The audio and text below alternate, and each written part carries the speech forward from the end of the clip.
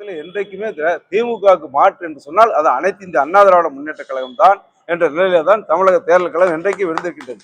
இந்த தேர்தலில் அதுதான் அந்த யதார்த்தமான நிலை அதுதான். எனவேதான் இன்னைக்கு புதிதாக கட்சி ஆரம்பித்தவர்களாம் நாங்கள் தான் திமுகவுக்கு மாற்று என்று சொன்னார்கள். திமுகவுக்கு அவங்களுக்கு போட்டி என்றால் இருக்கலாம். எதற்காக இருக்கலாம் என்று சொன்னால் எதிர்கட்சியாக யார் வரலாம் என்ற நிலைக்கு வேணா அவருக்குள்ள போட்டி இருக்கலாம். அதை பற்றி எங்களுக்கு கவலை இல்லை. ஆளுகின்ற நிலையில அனைத்து இந்திய அண்ணா திராவிட முன்னேற்ற கழகம் வெற்றி பெறப்போவது உறுதி. அண்ணன் முதலமைச்சராக எடப்பாடியார் வரப்போவது உறுதி என்ற நிலைப்பாட்டில் தான் தமிழகத்திலே ஏதோ வெற்றி கழகம் என்ற ஒரு மாயை இருந்தது. அது வெறும் மாயை தான், வெறும் காணல் நீர் தான். காணல் நீர் என்பது இந்த வெயில் காலம் துவங்கி விட்டது. நாம் செல்ல செல்ல நீர் கண்ணுக்கு தெரியும். செல்ல செல்ல அது காணல் நீர் சென்று கொண்டே இருக்கும். அது ஒரு மாய தோற்றம். அந்த மாயை தோற்றம் தான் என்பதை புரிந்து கொண்டு இன்றைக்கு உண்மையான வெற்றி கழகம், வெற்றி பெறப் போகின்ற கழகம் எது என்று சொன்னால் அது அனைத்து இந்திய அண்ணா திராவிட முன்னேற்ற கழகம் தான் என்பதை உணர்ந்து இன்றைக்கு தம்பி பிரவீன்குமார் தலைமையிலே விளாத்திக்குளத்திலே என்னை பொறுத்தவரையிலே தூத்துக்குடி மாவட்டத்தில் மட்டுமல்ல தமிழகத்திலே முதலாக பிள்ளையார் சொல்லி போடப்பட்டு இன்றைக்கு தமிழக வெற்றி கழகம் யதார்த்த நிலையை புரிந்து அதில் உள்ள இளைஞர்கள் தம்பிமார்கள் இன்றைக்கு அனைத்து இந்திய அண்ணா திராவிட முன்னேற்ற கழகத்தில் இணைந்திருக்கிறார்கள். அவர்கள் அனைவரையும் தூத்துக்குடி வடக்கு மாவட்ட கழகத்தின் சார்பில் புரட்சி தமிழர் அண்ணன் கழகத்தின் பொதுச்செயலாளர் எடப்பாடியாருடைய சார்பிலே அனைவரையும் வருக வருக என்று வரவேற்கிறேன்.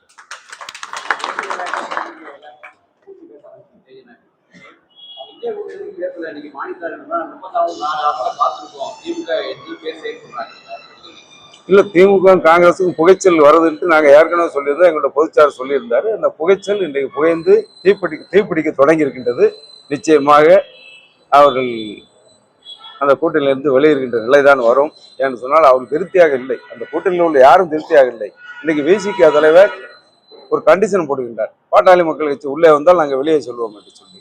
ஆக கூட்டணியை ஏதோ திராவிட முன்னேற்ற கழகம் தான் மகத்தான கூட்டணியை வைத்திருப்பது போல எங்கள் கூட்டணி வலுவாக இருக்கின்றது என்று சொல்லி வந்த ஸ்டாலினுக்கு இன்றைக்கு கூட்டணிகளை அழைத்து பேசி அவர்கள் சீட்டு ஒதுக்குவதில் பெரும் சவாலாக இருக்கின்றது என்ற நிலைதான் இன்றைக்கு தமிழக அரசியல் களத்தில் இருக்கின்றது. ஆனால் அனைத்து இந்திய அண்ணா திராவிட முன்னேற்ற கழகத்தின் கூட்டணி நாளுக்கு நாள் மெருகேறி கொண்டு வருகின்றது. முதல்ல பாஜக மட்டும் வந்தது யாரும் வரவில்லை என்று சொன்னார்கள். அடுத்து பாட்டாளி மக்கள் கட்சி, இன்னைக்கு டாக்டர் அன்புமணி ராமதாஸ் தலைமையில் உள்ள இயக்கம் தான் உண்மையான பாட்டாளி மக்கள் கட்சி என்ற அங்கீகாரத்தை தேர்தல் கமிஷன் தந்திருக்கின்றது. அந்த பாட்டாளி மக்கள் கட்சி எங்களோடு வந்திருக்கின்றது. எங்கள் இயக்கத்திலிருந்து பிரிந்து ஒரு அம்மா மக்கள் முன்னேற்ற கழகம் என்ற இயக்கத்தை தோற்றுவித்த மரியாதைக்குரிய டிடிவி தினகரன் அவர்கள் கடந்த ஒரே வாரத்தில் சொல்லிவிட்டார். கடந்த காலங்களில் நடந்த கசப்புகளை மறந்துவிட்டு மீண்டும் அம்மாவின் ஆட்சி அமைய வேண்டும் சொல்லி அம்மா மக்கள் முன்னேற்ற கழகம் எங்களோடு இணைந்திருக்கிறது. தமிழக முன்னேற்ற கழகத்தில் ஜான் பாண்டியன் இணைந்திருக்கின்றார். புதிய நீதி கட்சி ஏசி சண்முகம் தலைமையிலான புதிய நீதி கட்சி, ஐஜேகே பாரிவந்த தலைமையிலான ஐஜேகே, புரட்சி பாரதம், இன்னும் தமிழ் மாநில காங்கிரஸ் போன்ற கட்சிகள் எல்லாம் நாளுக்கு நாள் கூட்டணியின் பலம் பெருகி வருகின்றது. இன்னும் ஒரு சில நாட்களில் நாங்கள் எதிர்பார்க்கின்ற கூட்டணி, மக்கள் எதிர்பார்க்கின்ற கூட்டணி. ஏன்னு சொன்னால் கூட்டணி ஏன் அனைத்து அண்ணா திராவிட முன்னேற்ற கழகம் பாரதிய ஜனதா தலைமையில் உள்ள கட்சிகள் கூட்டணிகள் இங்கே வருகிறார்கள் என்று சொன்னால் அவருடைய ஒரே இலக்கு தமிழகத்தில் இந்த வெடியாட்சி வீட்டுக்கு செல்ல வேண்டும். 5 ஆண்டு மக்களை துன்பப்படுத்திய ஆட்சி, துயரப்படுத்திய ஆட்சி, மக்களை ஏமாற்றிய ஆட்சி வீட்டுக்கு செல்ல வேண்டும் என்ற நிலைப்பாட்டில் திமுக ஆட்சி அகற்ற வேண்டும் என்ற ஒரே லட்சியத்தில் கொள்கையில் உள்ளவர்கள் அத்தனை பேரும் இணைகின்றார்கள், மேலும் இணைவார்கள்.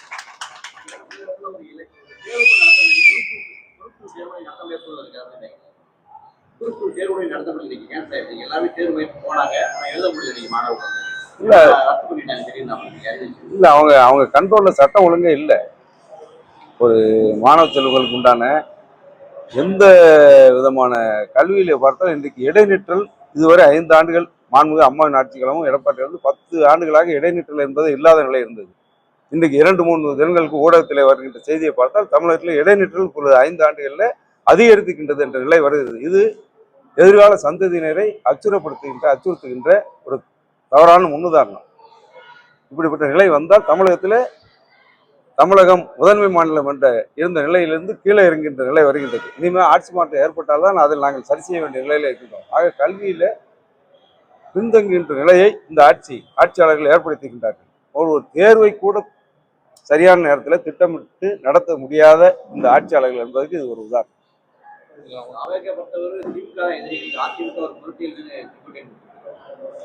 அந்த வார்த்தை செங்கோட்டையன் சொன்னா அவருடைய அம்மாவோட ஆன்மாவும் புரட்சி தலைவர் ஆன்மாவும் அவரை மன்னிக்காது.